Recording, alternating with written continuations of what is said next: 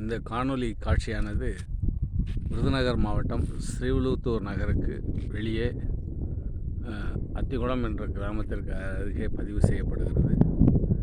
ஒரு மாலை ஒரு 5:30 மணி வாக்கில் இந்த காணொளியை பதிவு செய்கிறேன். மேகம் மேற்கு தொடர்ச்சி மலைக்கு மேலும் அங்கேயும் நல்ல மழை மேகம் கருக்குண்டு நிற்கிறது. கொண்டல் வண்ணன் என்று திருமாலுக்கு ஒரு பெயர் உண்டு. கொண்டல்னா மேகம்.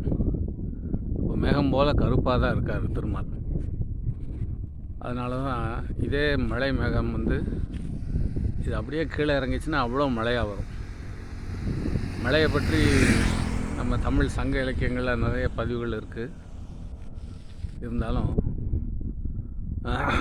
பன்னீர் ஆழ்வார்களில் ஒருவராகிய பெண் அடியாராகிய ஆண்டாளினுடைய பாசுரம், அதை இந்த இடத்துல சொல்லுவது பொருத்தமாக இருக்கும் என்று மேற்கோள் காட்டுவது பொருத்தமாக இருக்கும் என கருதுகிறோம்.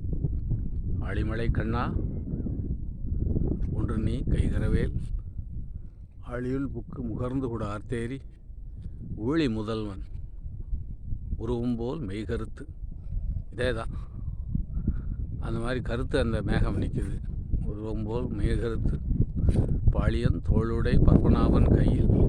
திருமாலோட பேர் பத்மநாபன். பத்மம்னா தாமரை.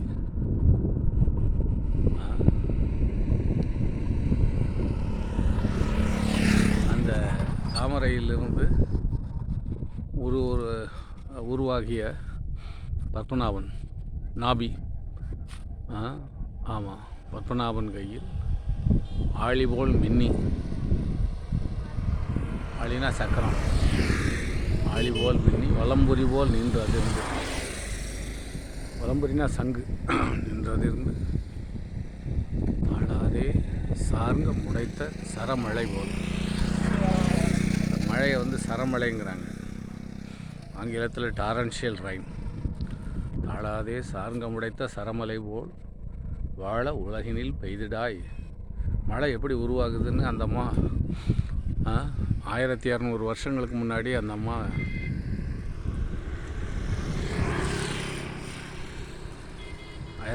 வருஷங்களுக்கு முன்னாடி விஞ்ஞானபூர்வமாகவே எழுதி வச்சிட்டாங்க. என்ன விஞ்ஞானம் பாருங்க. வாழ உலகினில் பெய்தாய் நாங்கள் மார்கழி நீராட பாவாய். அழகான பாடல் பாசுரம். ஆண்டாள் திருவடிகளே சரணம். எம்பெருமானார் ராமானுஜர் திருவடிகளே சரணம். மேகத்தை பார்க்கிற போது என் தாய் ஆண்டாளம்மா தான் ஞாபகத்துக்கு வராங்க. ஆண்டாள் திருவடிகளே சரணம். ஆண்டாள் திருவடிகளே சரணம். ஆண்டாள் திருவடிகளே சரணம். ஆண்டாள் திருவடிகளே